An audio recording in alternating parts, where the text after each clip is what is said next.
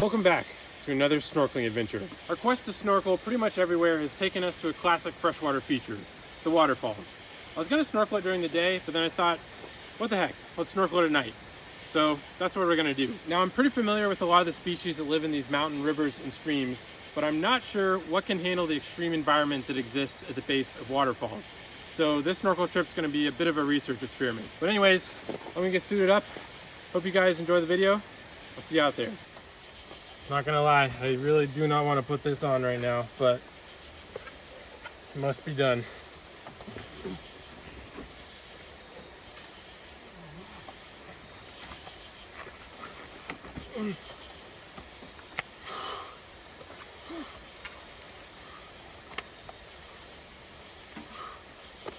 Well, I'm still a little for the first waterfall, but it's small, so I'll be able to do it safely. It's a little weird being out here in the dark.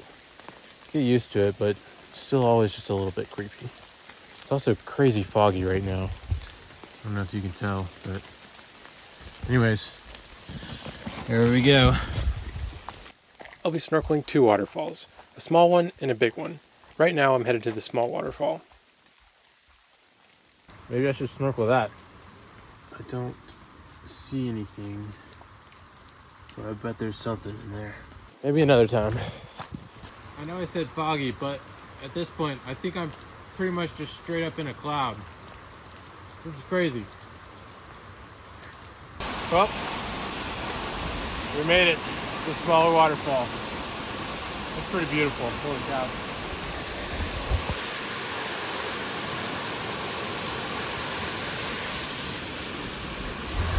All right, time to see what mysteries this pool hides.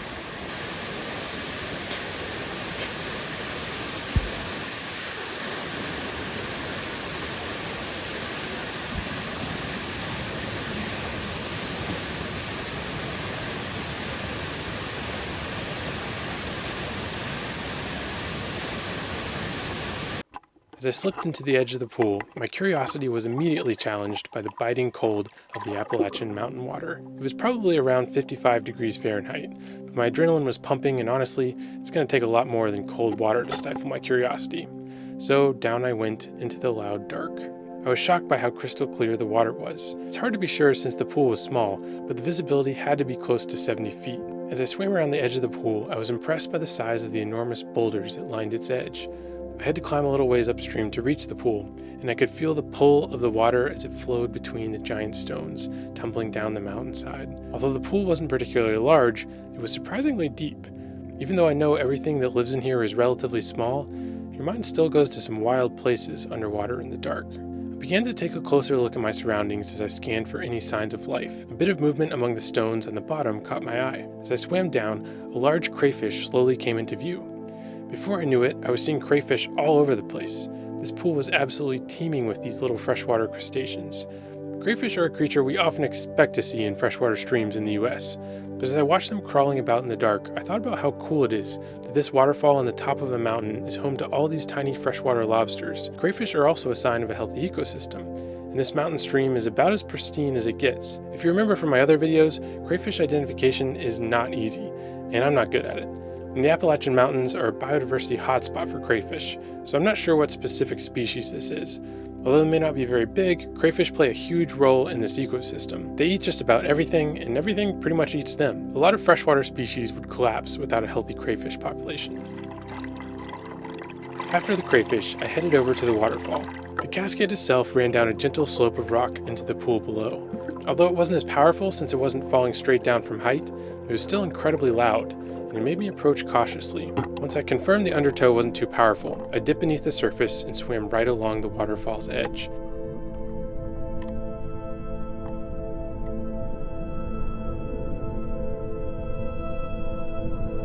If I could breathe underwater, I would have floated there in the dark and watched the water pounding and swirling all night long. It was low-key magical.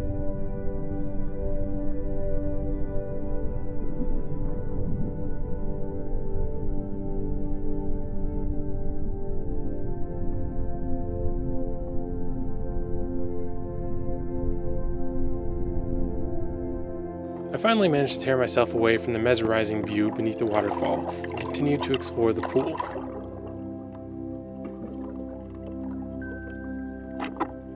quick shine and a flash of color caught my eye as I dove down, and a beautiful fish came into view.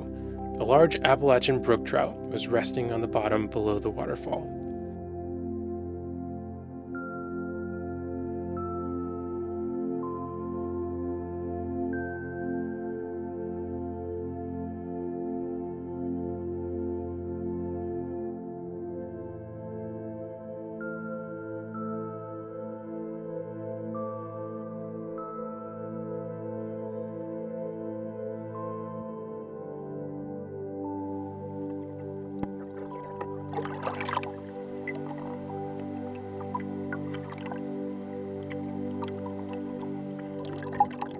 Usually trout are super wary and won't let me get anywhere near them with my camera, but whether because it was dark or just their own curiosity, a couple of the fish let me get within a few inches as they rested above the fallen leaves collected at the bottom of the pool. These are southern Appalachian brook trout.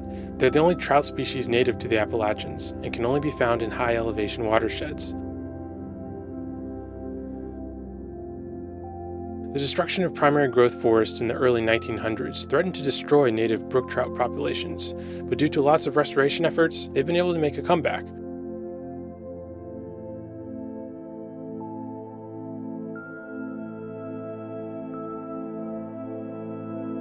One of the trout had wedged itself between two jets from the waterfall. It was a prime spot to hide and also wait for bits of food to pass by. I couldn't fit my camera back in the crack very far, but it was still cool to capture the colorful flash of the brookie's yellow, red, and green scales beneath the crashing water.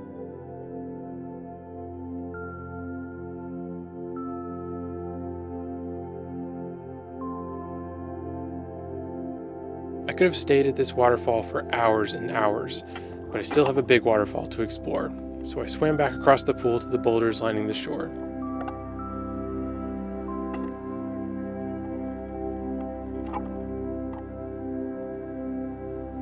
But before I got out, I shined my dive lights back at the waterfall. It was pretty surreal to be alone at night in this beautiful place.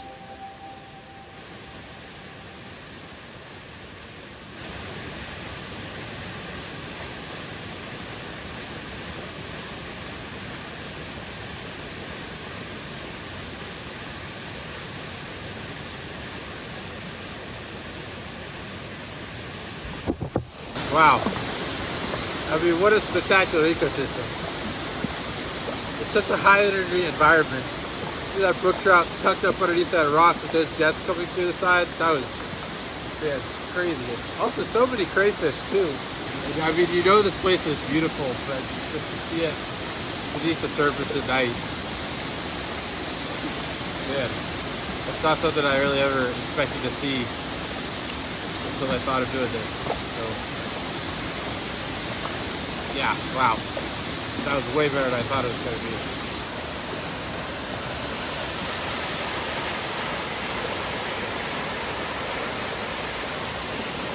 Quick safety note, remember that waterfalls are extremely dangerous environments. Water levels can change in an instant.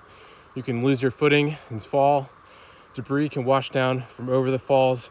The undertow from the water pounding down below can pull you under. Whenever you're in these ecosystems around these aquatic features, always be careful. Remember, safety isn't boring, funerals are boring, because they're not there. All right, now we're walking back up through the cloud and then headed to the Big Waterfall. End out the night.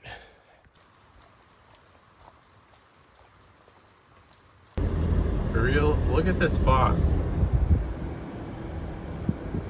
How am I supposed to drive in this? I guess just really slowly. You can already hear the roaring. This one's pretty big. Thankfully, my friends had agreed to meet me at the Big Waterfall, as this was an environment that I definitely didn't want to snorkel alone.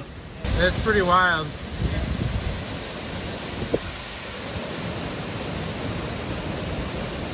The roar at the base of the waterfall was deafening, and the crashing water sent up an absolute storm of mist and spray in the dark. The smaller waterfall had been loud and intimidating enough, but this was an entirely new level of aquatic power. But nevertheless, I was committed, so I dialed in my camera settings, locked in, and waded out into the churning waters beneath the falls.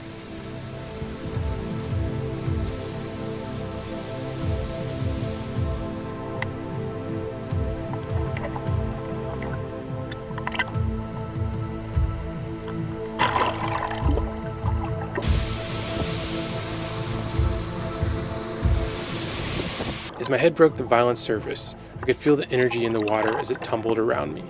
At first, I thought my mask must be foggy, as I couldn't see very well, but then I realized that the waterfall was stirring up the sediment along the bottom, creating a hazy, swirling environment. I had dropped down quite a bit in elevation to reach this waterfall, so I expected to find a higher diversity of wildlife in this area, but I was now doubtful that much could endure this turbulent underwater habitat.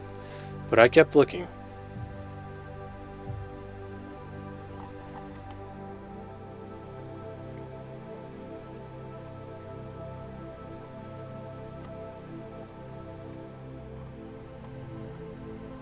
As I searched along the bottom, I spotted this rock bass sheltering between the stones. It was not eager to leave the security of its cover, and by this point, I needed to breathe, so I headed back up to the surface.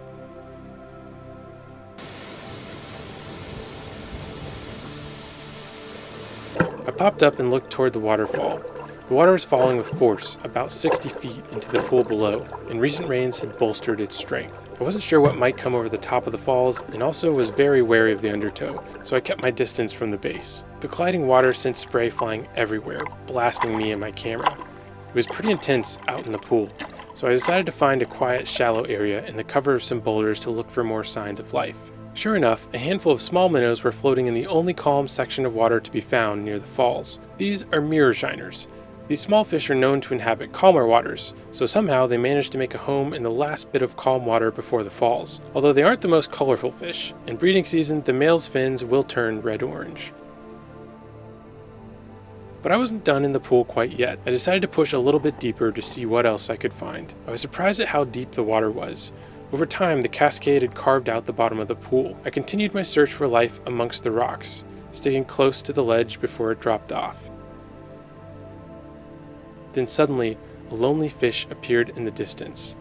It was a young rainbow trout. I followed it as it swam over the ledge and dropped down towards the deeper section of the pool. Rainbow trout aren't native to the Appalachians, as they originate in freshwater systems along the Pacific coast west of the Rockies, but they are stocked here as sport fish. Although he may not be originally from here, it was still impressive to see this small fish thriving at the base of this powerful waterfall.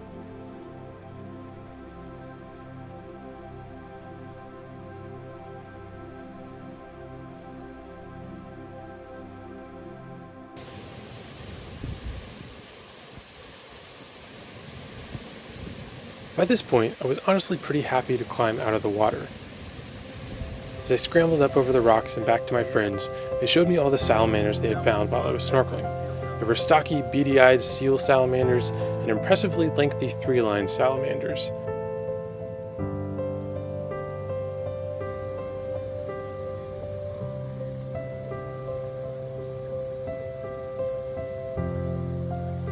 Although the intensity of this waterfall may limit the underwater life that can survive in the pool beneath it, the mist from the falls provided the perfect habitat for a whole world of terrestrial life surrounding it. These salamanders were certainly well moisturized. We often see waterfalls simply as landmarks or natural spectacles, but these vertical waterways and their associated pools are habitats themselves, just very high energy and dangerous habitats. But it is good that they are dangerous, because it means they're wild. As the water crashes endlessly down into the pools below and continues its way down the mountain, it determines the shape of these freshwater ecosystems. And I can't help but think maybe we should allow these places to shape and change us too. I can't enter into these forbidden aquatic worlds and experience their beauty and power, and then emerge the same person. Somehow the pounding waters have to soften me and cause me to wonder at and care more deeply for these freshwater worlds. And I'm pretty sure that happened at least a little bit tonight.